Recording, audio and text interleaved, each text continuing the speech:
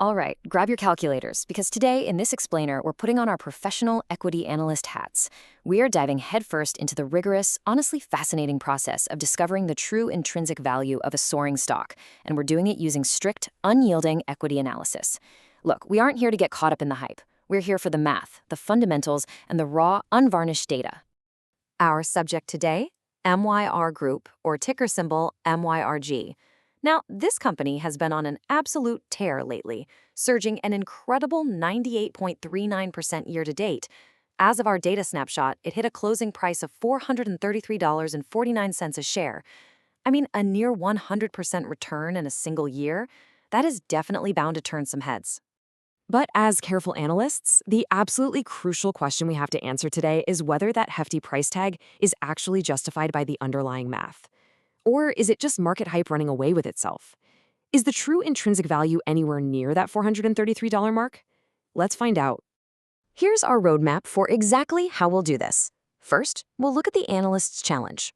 Next, we hit absolute valuation, which is all about the math.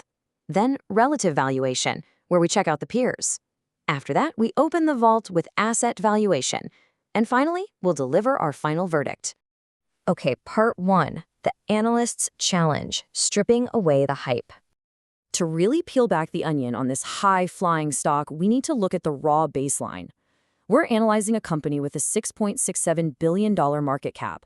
Over the trailing 12 months, they've generated $3.658 billion in revenue.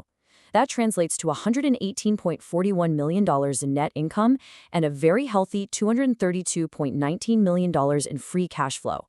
This gives us the perfect, solid foundation for a rigorous financial appraisal.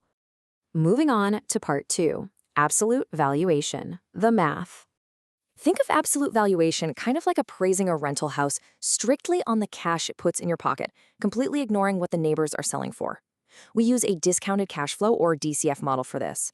The mechanics are pretty straightforward. We take that $232 million in free cash flow and project it forward.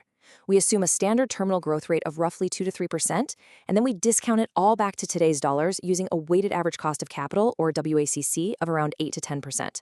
Basically, we're calculating exactly what all that future cash is worth today. Well, based directly on those inputs, our DCF model yields a definitive fair value price of $312.38 per share. Now, remember, the stock is currently trading at over $433, so the pure cash flow math is telling us right out of the gate that the stock price is running way ahead of its fundamental earning power. Normally, as an analyst, you always want to cross-reference with the dividend discount model, finding the present value of expected future dividends. But there's a missing puzzle piece here. MYRG has a 0% dividend growth rate. They literally pay nothing out. Because of that, the DDM breaks down entirely for us here, yielding a value of exactly 0. Since the dividend model is completely useless in this case, we have to pivot to a residual income model to double-check our absolute math.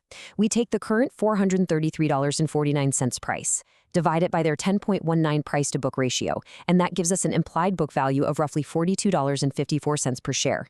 Assuming a standard 8% equity charge, we then project future excess returns based on their genuinely impressive 17.93% return on equity. But here's the reality check. Even with those strong excess returns, trying to bridge a $42 book value to a $433 share price requires monumental sustained growth, and that adds an intense amount of risk to the valuation. Let's look at part 3, relative valuation, the peers.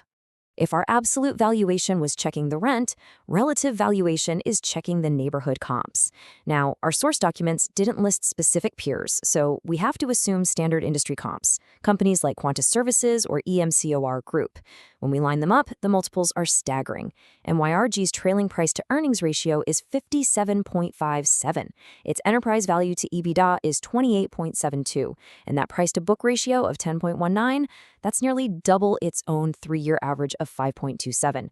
By literally every relative measure, MYRG is commanding a massive, massive premium right now.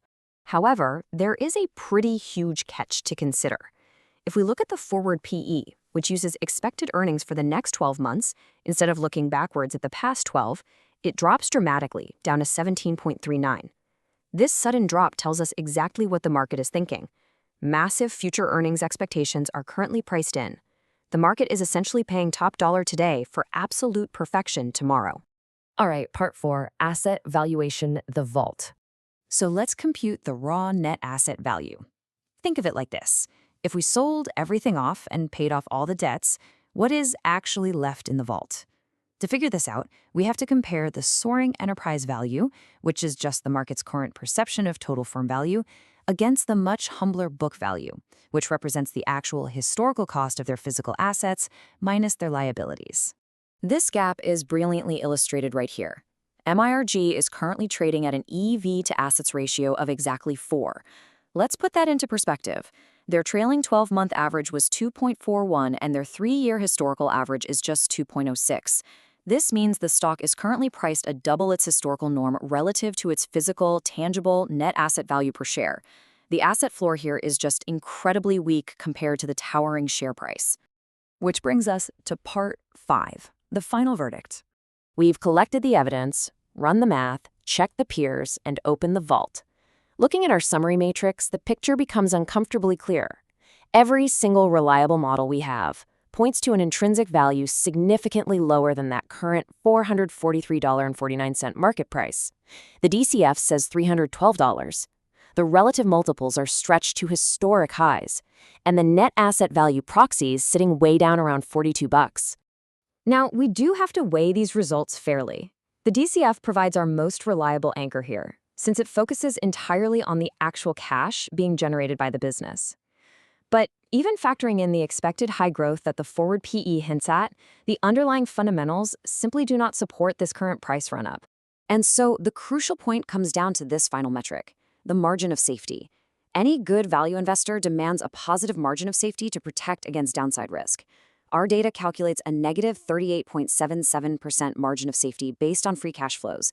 This definitively concludes that, from a pure equity analysis standpoint, the stock is currently severely overvalued. Which leaves us with this final, genuinely provocative thought to consider before you ever buy blindly into a 98% year-to-date rally. The market can remain irrational for a long time, but eventually, price always converges with intrinsic value. When the hype fades and this stock finally corrects to its fundamental mathematical worth, who is left holding the bag?